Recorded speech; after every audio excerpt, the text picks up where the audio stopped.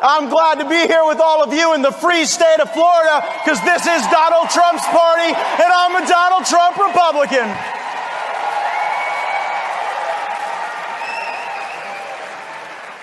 The rent is too damn high. Leftist politicians told us that, then they were elected to office. Now, the gas bill is too damn high. The grocery bill is too damn high. The electric bill is too damn high. And yes, the rent is too damn high. Something ain't right in this country when the Tinder swindler is treating people better than our own government's treating us. When I ran for Congress, I thought that the DOJ, the FBI, the CDC, those were supposed to be the good guys. Simpler days. I was extorted by a former DOJ official. The FBI saw one of their own lawyers change evidence to frame President Trump before a secret court. They're cheating worse than the Russian figure skating team over there at the Hoover Building. And the CDC, they wanted the powers of the CIA and ended up with the credibility of CNN. Now, Joe Biden and even some who have taken this stage tell us that defending freedom in Ukraine has costs for Americans. First of all, costs are going up, so that should be a red flag right there. Also, what about freedom here in this country? What about our leaders actually standing up for freedom and liberty in America? Why should Americans have to pay the cost of freedom elsewhere when our own leaders stand up for our freedom here? And by the way, Washington spent your money and took your freedom away anyway. That's why we have higher costs and fewer choices today.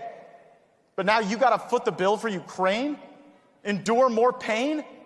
We still got pain from Afghanistan misadventures that we still have to deal with. I'm not for sending Americans to Ukraine. Except maybe one. If Russia wanted to destabilize Ukraine, Putin didn't need to send tanks. We could have just sent Dr. Fauci. My constituents fear Dr. Fauci more than some modern incarnation of Dr. Strangelove, and it's easy to see why.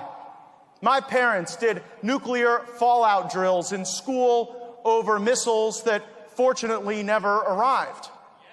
Today, students are drilled to wear masks over a virus that threatens their overall health less than the mask itself. We are retarding social emotional learning, empathy, and caring. We are raising a generation of little sociopaths who will act more like the Menendez brothers. That's a lot scarier than post-Omicron COVID. Indeed, we should fire Fauci, but the oversight shouldn't stop there. My vision for Republican control of Congress is every committee gets an investigation to run. The Armed Services Committee should be looking into the botched Afghanistan withdrawal. The Energy and Commerce Committee should break up big tech. The Agriculture Committee should stop big food from being consolidated under the power of the Chinese Communist Party. The Intelligence Committee should blow up FISA. The Judiciary Committee should stop the DOJ from targeting political opponents, whether they are parents, whether they are falsely labeled as extremists, or whether they are lawmakers engaged in the oversight of the Department of Justice.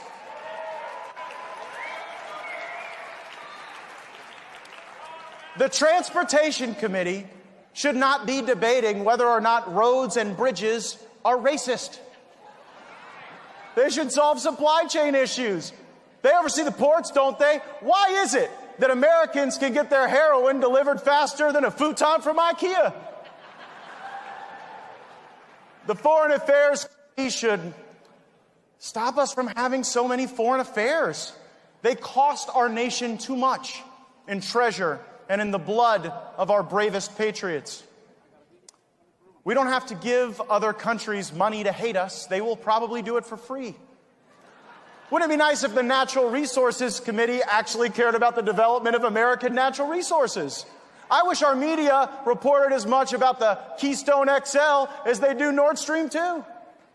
Homeland Security.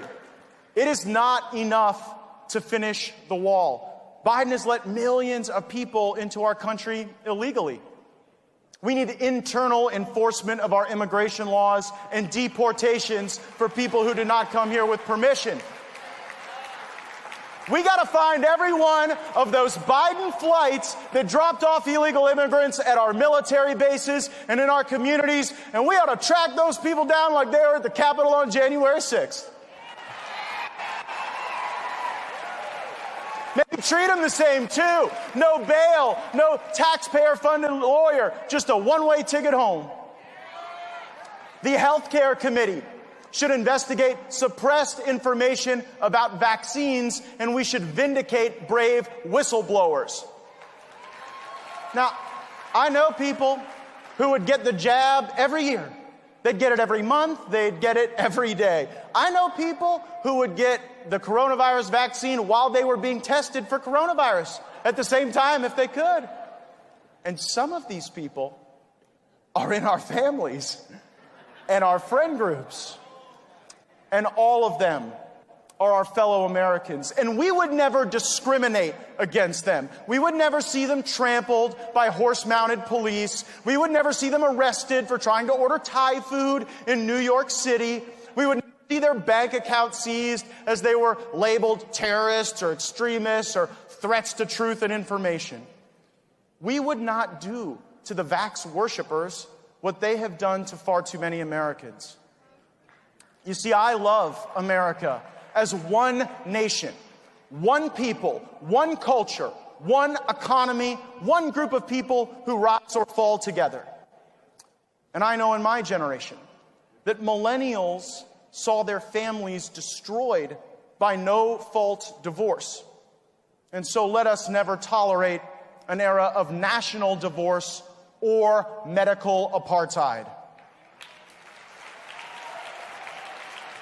When Obama snookered millennials into believing that his candidacy was somehow an engine to improve the lives of other people, he famously and piously said, "We are the ones we have been waiting for." In 2022, we lack the luxury of battling for Obama's purported utopia for others. We are increasingly embattled. Not for lofty ideals or distant lands, but for ourselves, our schools, our freedoms, our faith, our jobs, our health, and our America.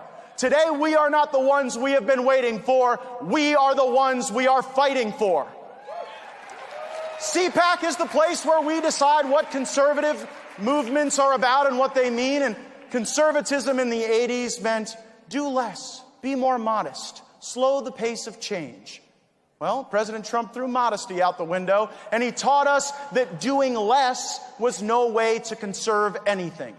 Action, action, action. Imagine a Republican Party that actually went out and won your battles again. So fight for your family, fight for your country, fight for your freedom. This is no time for bystanders. It's pick your fighter time. I'm your Florida man. I'm the only Republican in Congress who doesn't take any donations from lobbyists or special interests or political action committees. I fight for you. I work for you, not them. With our team, the fight rages on, and I hope you'll join me. Go to mattgaetz.com, download the app, vote for Donald Trump in today's straw poll, and let's go get him.